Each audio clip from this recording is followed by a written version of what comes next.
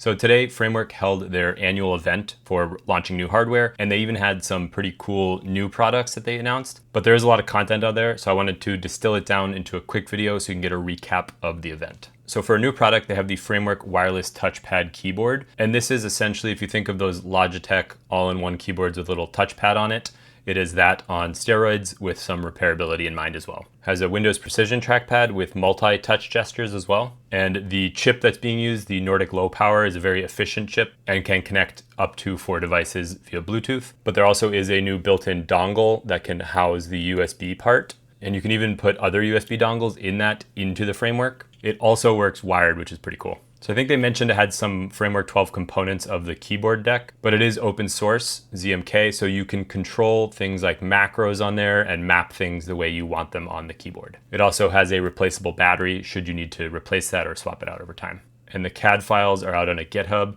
so if you wanted to do custom builds around this, that is certainly a possibility. Now for the most impressive update, that would be the Framework Laptop 13 Pro, and that is built on top of the 13 platform, but with some better Pro features and a better build quality as well. So it has a bigger battery, a 74.45 watt hour battery, which is 22% larger than the previous Framework 13. And there's also a 100-watt charger now, so you can top up that battery quicker. And it now brings Intel Panther Lake up to the Core Ultra 9. One of the cool things here is that it uses LPCAMM2 RAM, which is basically on par with the efficiency of the LPDDR5X RAM, but more portable. And you can get that up to 64 gigs. So RAM is really expensive right now. Perhaps you wanted to get a 16 or a 32 gig stick, and then you could upgrade that down the line when it becomes a little cheaper, perhaps. I should say if it becomes cheaper. They even started out with a little Framework AI joke where they were saying they were becoming an AI company, but this is the opposite. They're fulfilling that trend of you own everything and you control everything versus you pay for everything and you own nothing, which a lot of manufacturers are pushing now with the AI products. It also has Dolby Atmos, so much more powerful speakers, and it's a fully CNC machined 6063 extruded aluminum build, so the chassis is much stronger in general. And then it has this new graphite finish, but that will also be available for the silver model. Now, one of the cool things that I saw was Linus has been asking this. Linus is an investor in this company, and he'd always been asking for a touchscreen. So they have a new custom display. So that shows you how much bigger Framework is getting now. I think it was, Nirav mentioned it was around $1 million investment just for these displays. Now that they've scaled a little more year over year, they're able to source things like that. But pretty good resolution, 2880 by 1920, 700 nits, has 30 to 120 hertz variable refresh rate, and it's got an 1800:1 contrast. It's a 13.5 inch 3x2 LCD screen that is touchscreen like I mentioned, and so good for coding or just productivity in general. And I believe it comes in at about 3 pounds.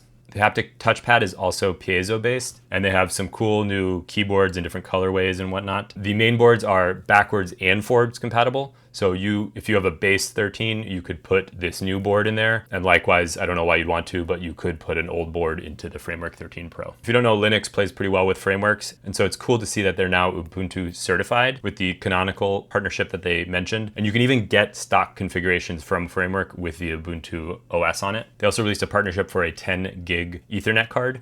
So who knows, maybe this could compete with something like a MacBook Air. But it looks like it's starting at about $1,200. I think the $1,800 Core Ultra 9, they only had one batch, I think, so that's already sold out. And this is a few hours after the event, by the way. But you can still get the X7 and the Ultra 5 for $1,200 and $1,600 respectively, just FYI. But I assume that X9 will be back in stock at some point for another pre-order batch. And of course, when you add on things like RAM, it is going to get more expensive and storage, but you can supply your own storage as well. Now getting on to the one that I have, the Framework 16.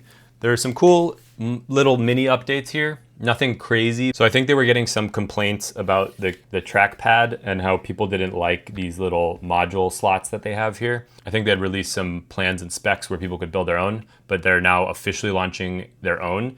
And similarly, they're launching a one-piece keyboard if you just want a simpler, cleaner front to that. They are releasing a smoke gray polycarbonate bezel, which I'll actually probably end up upgrading to because I like this black one, but something cooler would be nice. And then for the internal chip, they're actually doing a more base model. So the Ryzen AI 5 340, which is a lower end chip, but should be powerful enough for most people's needs. So if you don't want to splurge on the more expensive Ryzen chips, that's something you can now get if you have the first gen chip like I do in mine. Then a cool thing is that they launched a dev kit for the GPU aspect of it. There's an Oculink expansion port. It's an 8-lane interface, so it's 128 gigabyte bidirectional throughput. The second one is a graphics module. If you wanted to use an older GPU from your Framework 16, you could plug that in and then use that. And then they're also experimenting with the PCIe Oculink, where you could use that for like a GPU, maybe a 100 gigabyte network card or a video capture card. And so that allows you to interface to the Framework 16 with their dev kits there. And those should be coming later in 2026. Anyways, that's just a quick little summary of the Framework event. Let me know your thoughts below if you'll be upgrading or buying into the Framework ecosystem. Like I said, I'm going to upgrade some parts on the 16 on mine. The 13 Pro with the Panther Lake chip now has pretty decent graphics with the B390 iGPU. That's a really cool option that I might be interested in the future. Anyways, if you want to see my last Framework event coverage, you can see that here, or you can check out my Framework playlist right here. Thanks for watching, and I'll see you in the next one.